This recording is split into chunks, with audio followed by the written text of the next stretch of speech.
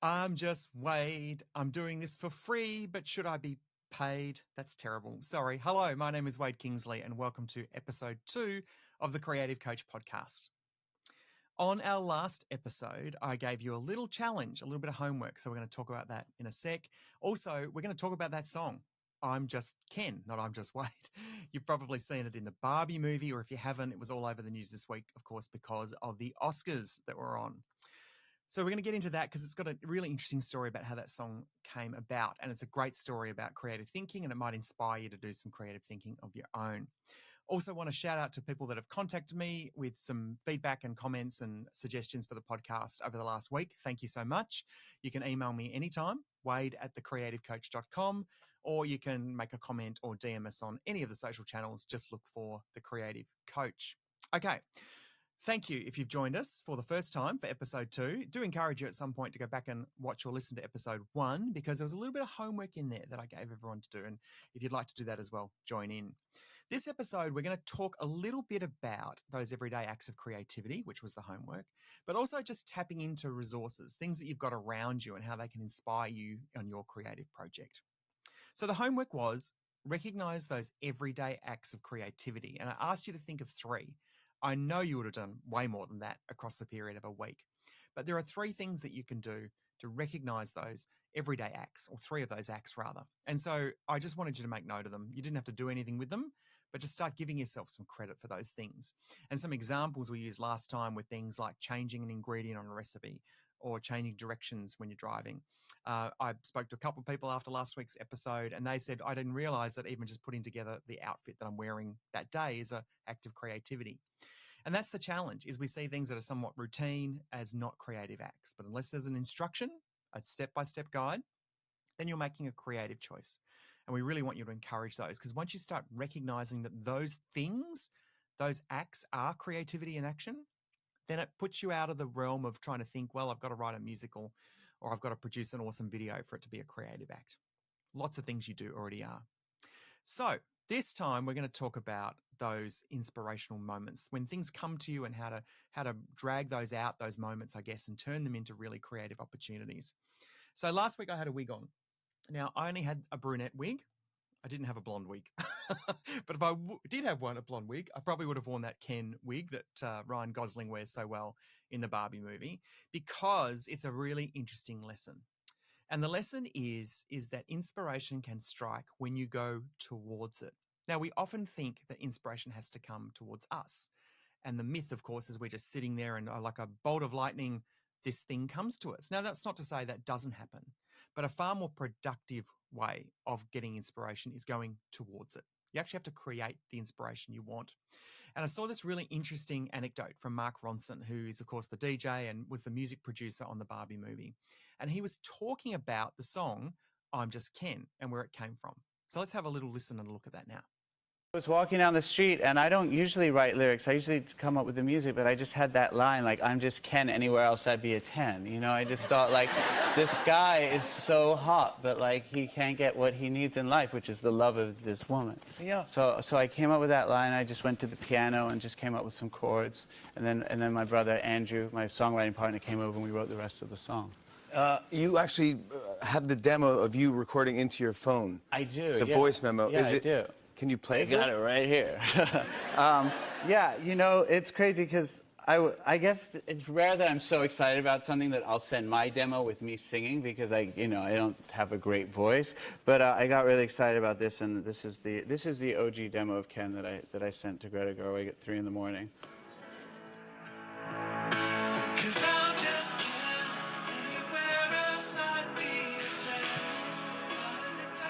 Didn't have words yet for this part. I had. Thank you very much. Dude, you did. I had blonde fragility. I had the blonde fragility part, and like that was kind of it. But I sound like the lead singer of Chicago after like 3 packs of cigarettes. Isn't that really interesting how that song came about? Just that first line of I'm just Ken, everywhere else I'd be a 10. And then it grew from there. It was really just one rhyming set of words or set of lines. And he had a little bit of a melody in his head. But The reality is he had to go and find it. Once that bolt of lightning or that first bit came to him, he then had to do the work, to do the inspiration bit and do the creative task. And quite often we sit there staring at things, waiting for creativity to happen. We stare at a blank computer screen and hope that the magic just appears on the screen. Or we stare at a notebook and just not really drawing anything, or just sitting there and going, well, when's this inspiration going to strike? The phrase "start with a blank page" is often brought up in terms of creativity. Now, that's not about actual creativity. It's about thinking differently.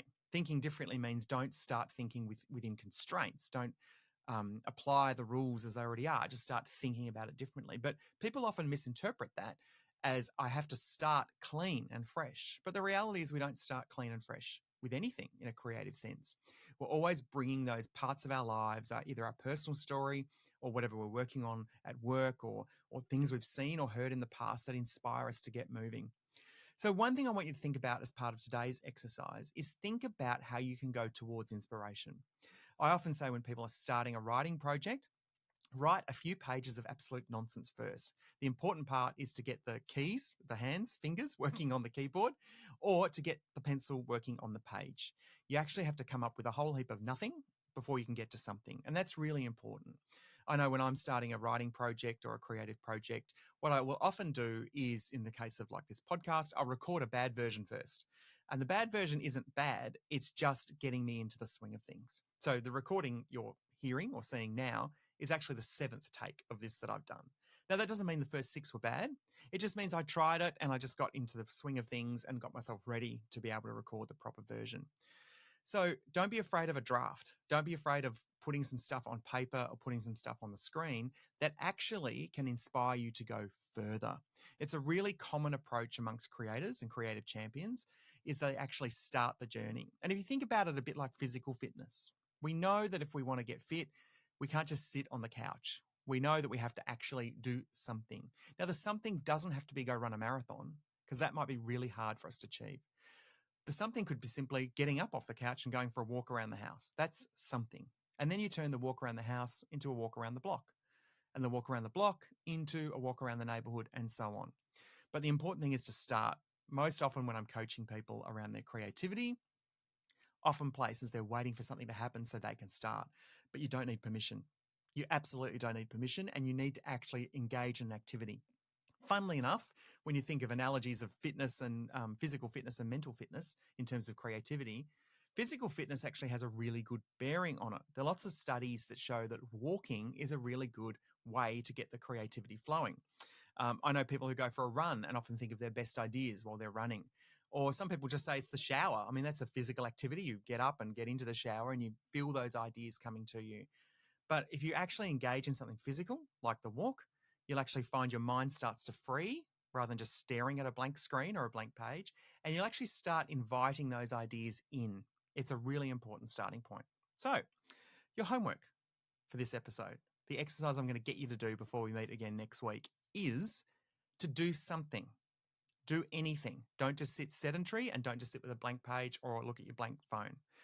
Do something that actually gets you moving towards your idea. Now, the trick to this is have a think about what you want to think about. So start with, well, you know what I'd really like to do? I'd like to come up with a different way to sell myself on a social platform. Okay. So let's say you want to sell yourself on LinkedIn more. What you would do is you would sit there and go, right, this is my task. I need to sell myself more on LinkedIn. And then you would get up and then you would start walking and moving around, or you would do some sort of activity that lets the brain process and compute what you want and then start marinating on that. The more you just sit still and the more you just stare, the less likely it's going to happen. It doesn't mean it won't, but you need to start the engine. You need to get that creative muscle working first. So that's your exercise. Between now and next time we meet, I want you to do something. Do something that helps you along with that. And remember to give yourself that prompt. Prompt yourself in thinking, this is what I want to think about, and try that for there. Okay, so thanks for joining us for this second episode of the Creative Coach podcast. As I said, it's going to be short, it's going to be bright, it's going to be tight every single week with just one thing that you need to do to start boosting your creative fitness and unlocking your creative potential. If you want to contact me, wade@thecreativecoach.com. If you've got any questions, I'm more than happy to answer them either back directly to you or on the podcast. So please get in touch. You can find us on all the social platforms as well. And I'm happy to answer any DM or any message you send. Have a fantastically creative week. And I want you to say this out loud, even if the out loud is just in your head. Say this: I am creative. There you go, because you are. See you next time.